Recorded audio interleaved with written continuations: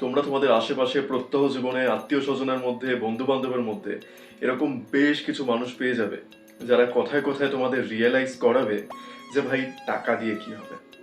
টাকা সবকিছু নয়। কি নিয়ে এসেছিলি, কি নিয়ে যাবি। অ্যাকচুয়ালি তারা কিন্তু জীবনে কিছু করতে পারে, নোটিস করে দেখবে তারা জীবনে কিচ্ছু করতে পারেনি। আর যখন তারা এই কথাগুলো বলবে না, তাদেরকে ঘুরিয়ে একবার প্রশ্ন করবে যে ভাই টাকা ছাড়া কি হবে। টাকা ছাড়া কি হবে? তুমি যে জামা কাপড়টা পরে আছো, যে জামা কাপড়টা পরে লজ্জা ঢাকছো, সেটা কিনতে গেলেও টাকা লাগে।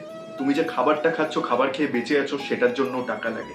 তুমি যখন মরবে, শ্মশান ঘাটে তোমাকে পোড়াতে নিয়ে যাওয়া হবে, সেখানেও টাকা লাগে।